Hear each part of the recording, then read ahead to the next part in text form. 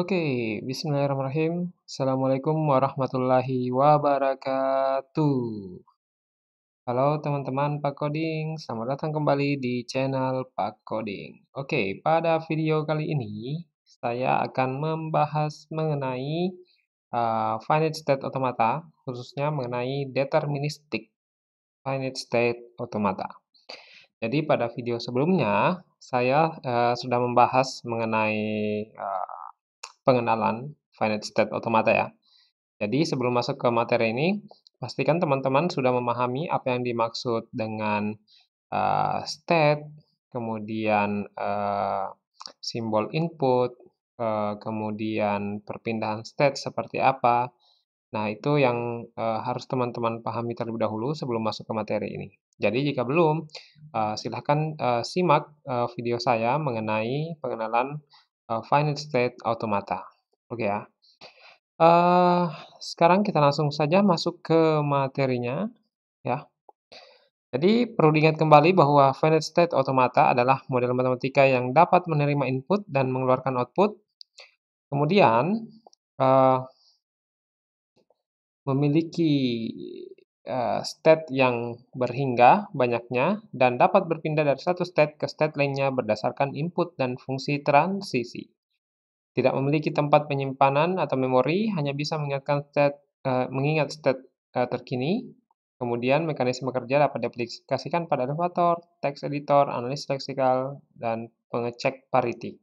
Ya, oke. Nah, berdasarkan pendefinisian kemampuan merubah state-nya, FSA itu dikelompokkan ke dalam dua jenis. Nah, yang pertama ada deterministik dan yang kedua ada non-deterministik. Pada video kali ini kita akan fokus membahas mengenai deterministic finite state automata. Oke ya. Jadi sekarang kita masuk ke materi intinya, deterministic finite state automata. Jadi yang perlu diingat adalah, yang perlu digarisbawahi, pada DFA dari suatu state hanya ada tepat satu state berikutnya untuk setiap simbol masukan yang diterima. Saya ulangi, jadi pada DFA dari satu state ya, dari satu state, oke, hanya ada tepat satu state berikutnya ya, untuk setiap simbol masukan yang diterima. Jadi kalau misalnya satu, berarti dari sini tepat ke sini, nggak kemana-mana ya, nggak kemana-mana seperti ini. Nah ini bukan DFA ini. Kalau seperti ini sudah non DFA, tapi kalau DFA itu ya tepat satu ya, seperti ini. Kalau ada 0, ya tepat 1. Ya, 0-nya ke sini. Jelas.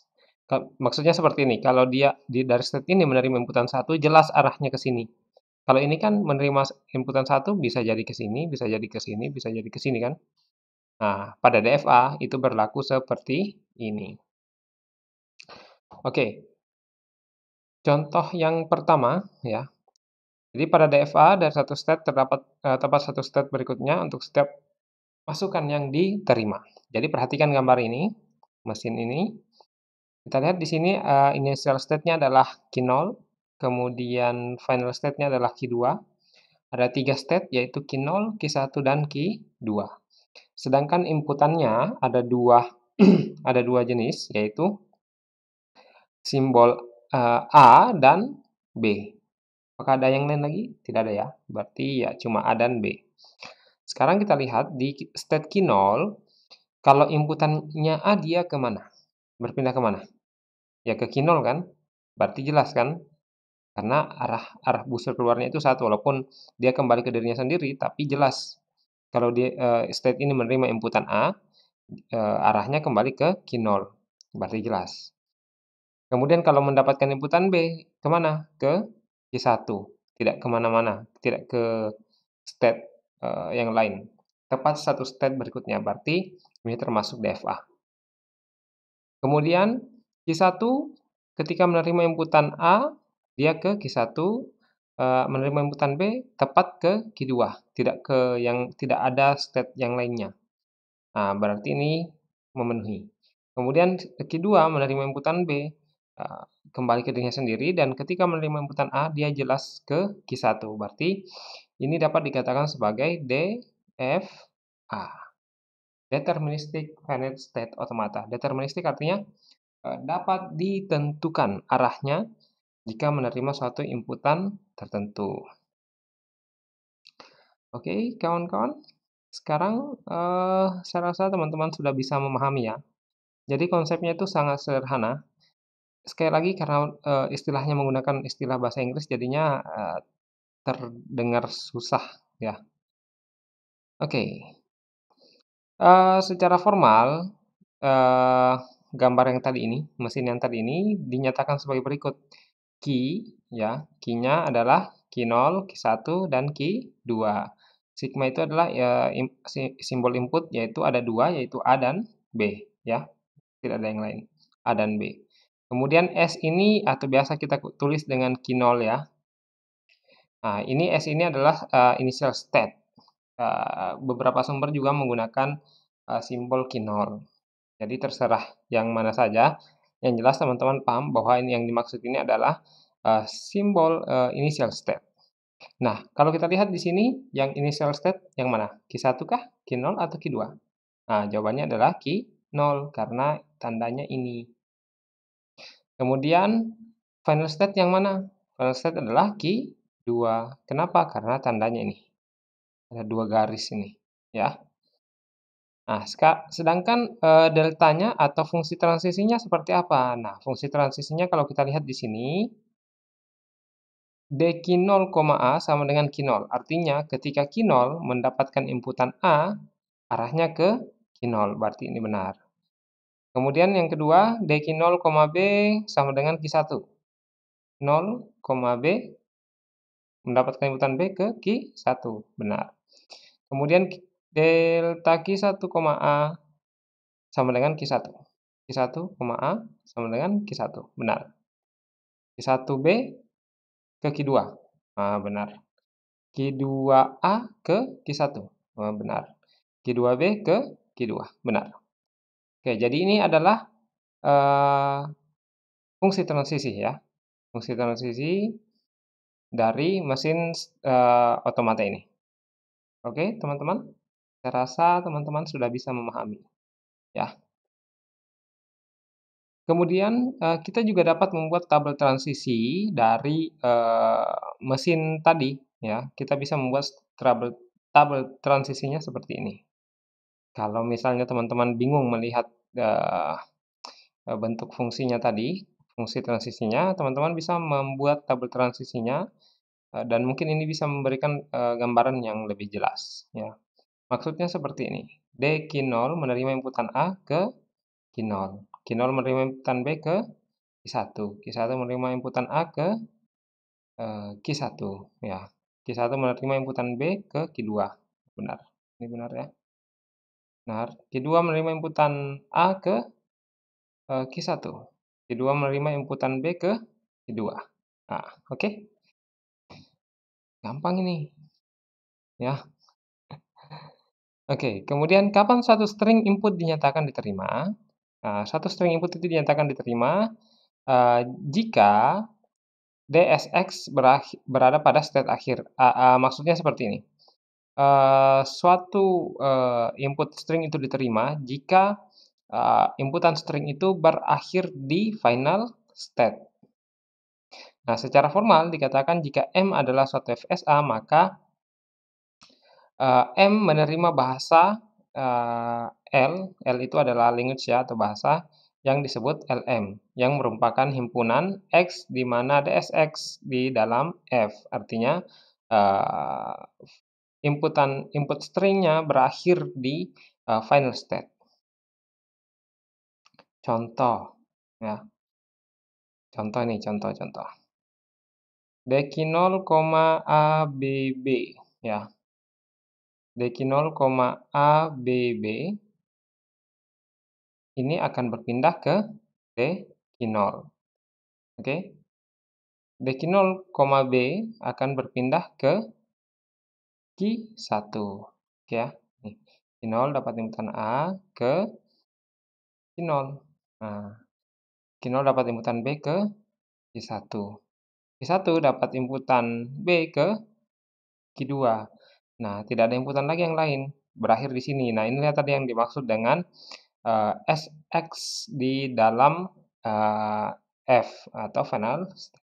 Jadi Q2 adalah final state. Karena Q2 adalah final state berarti perpindahan state-nya berakhir di Q2.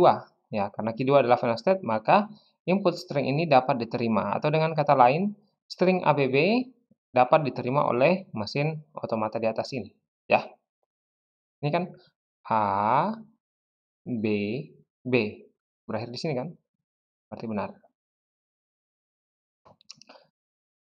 Kemudian, misalnya ada inputan BA, BA, ya. Kita lihat Q0 mendapatkan inputan B ke Q1. Ya, Q1 mendapatkan inputan A ke Q1 kembali. Q1 mendapatkan inputan B ke Q2.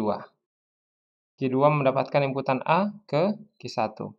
Karena Q1 bukan final state dan ini adalah akhir perpindahan state karena stringnya sudah habis dibaca, maka string BA BA ini tidak dapat diterima atau ditolak, ya, ditolak. Karena tidak berakhir di final state, dia berakhirnya di Q1, di mana Q1 itu bukan final state. Nah, kita lihat langsung ya. B, A, B, A, ya kan? Berarti berakhir di sini kan? Nah, ini bukan final state, berarti ditolak. Nah, sekarang saya berikan satu contoh untuk pengecek bit 0 dan 1 genap. Jadi, inputan stringnya akan diterima jika jumlah bit 0 dan bit 1-nya sama-sama genap. Contohnya seperti ini, 00, 11. Nah, itu kan 0-nya ada 2, 1-nya ada 2 kan? Berarti genap. Nah, itu akan diterima. Nah, mesin ini dapat, apa istilahnya, mengetahui bahwa input string yang kita masukkan itu, jumlah bit 0-nya itu, dan bit 1-nya itu genap. Dan dia akan menolak jika selain itu. Ya, walaupun misalnya bit 0-nya ada 2 dan bit 1-nya ada 1, maka akan ditolak karena bit 1-nya ganjil, ya kan? Kalau kita lihat fungsi transisinya seperti ini, Q0 mendapatkan inputan 1, dia ke Q1, dan ketika mendapatkan inputan 0, dia ke Q2. Udah. Q1 mendapatkan inputan 0 ke Q3. Q1 mendapatkan inputan 1 ke Q0. Kemudian Q2 mendapatkan inputan 0 ke Q0. Mendapatkan inputan 1 ke Q3. Dan Q3 mendapatkan inputan 0 ke Q1 dan ketika mendapatkan inputan 1 dia ke Q2 ya. Oke. Lanjut. Jadi kalau kita tulis secara formal, maka dinyatakan sebagai berikut. Q-nya ada 4 yaitu Q0, Q1, Q2, Q3 ya. Ada 4 ya karena mulai dari Q0. Kemudian simbol inputnya hanya ada 2 yaitu 0 dan 1. Kemudian initial state-nya adalah Q0 dan final state-nya adalah Q0 juga. Jadi kebetulan sama antara initial state dan final state-nya. Adapun fungsi transisinya sudah sama seperti yang saya jelaskan tadi di tabel. Sekarang kita lihat proses pengujiannya, kita uji. Nah, kita buktikan ini apakah betul diterima atau ditolak. Sekarang kita cek, 00 dan 11 itu diterima atau ditolak. Di sini sih statusnya diterima, tapi kita cek dulu apa itu benar. Nah, kita mulai dari sini. 0, berarti ke sini kan? 0, kemudian 0, ya. Kemudian 1, 1. Berarti diterima. Oke. Kemudian, kita cek yang kedua. 0, 0, 0 kemana? Ke Q2. Oke, ini selesai dibaca. Dari Q2 membaca inputan 0 ke Q0, ya. Berarti Q0. Kemudian, Q0 mendapatkan inputan 1 ke Q1. Q1 mendapatkan inputan 1 lagi ke Q0. Q0 mendapatkan inputan 1 ke Q1 lagi. Nah, Karena tidak berakhir di final state, maka ini ditolak. Berarti benar. Nah, kita lihat di sini jumlah satunya memang ganjil, bit satunya ganjil, berarti ya ditolak. Ini kan sama-sama genap kan? Sekarang kita cek lagi yang di bawah ini. 0, 1, 0, 1, 0. Nah, tidak berakhir di final state, maka ditolak, berarti benar. Nah, kalau kita lihat di sini jumlah bit genapnya ganjil, ya. Nah, sekarang yang terakhir, 0, 1 ya. Oke, 0, ya, 0, 0, 1, nah, ketiga, kemudian 0, 1, 1, 1. Nah, berarti diterima. Kita cek. Oh benar, bit 0-nya ada 2, bit 1-nya ada 4, sama-sama genap, makanya diterima. Nah, canggih kan? Cuma gambar-gambar ini dia bisa, cuma gambar seperti ini, mesin-mesin seperti ini, mesin abstrak ini bisa menentukan inputan itu jumlah bitnya genap atau ganjil. Nah, keren ya. Oke, berikutnya contoh kelima. Nah, ini kira-kira mesin apa ini? Ya, sekarang kita cek satu-satu ya. Nah, kalau kita lihat di sini ada berapa state-nya? Ada 3. 3 yaitu Q0, Q1, dan Q2. Final state-nya ada berapa? Ada 2, yaitu Q0 dan Q2. Initial state-nya Q0. Simbol inputnya ada 2, yaitu 0 dan 1. Oke, fungsi transisinya Q0 mendapatkan 0 ke Q2, ya, mendapatkan 1, dia ke Q1, Q1 mendapatkan inputan 0 ke Q1 sendiri, kemudian ketika mendapatkan inputan 1, dia ke Q0. Kemudian Q2 mendapatkan inputan 1 ke Q1, dan mendapatkan inputan 0 ke Q0, ya. Oke, sekarang kita cek jika inputannya 0 dan 1, 0, 1, 0, 1. Oke, ditolak, berarti benar. 1, 0, 1, 0, ditolak, berarti benar.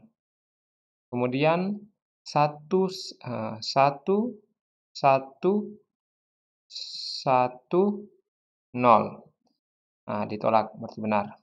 Karena berakhir di Q1 kan? 1, 1, berakhir di final state, berarti diterima seharusnya. Nah, betul, diterima.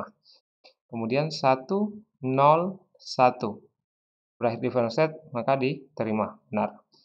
Kemudian 1, 1, 0, ya, 0, ya, 1,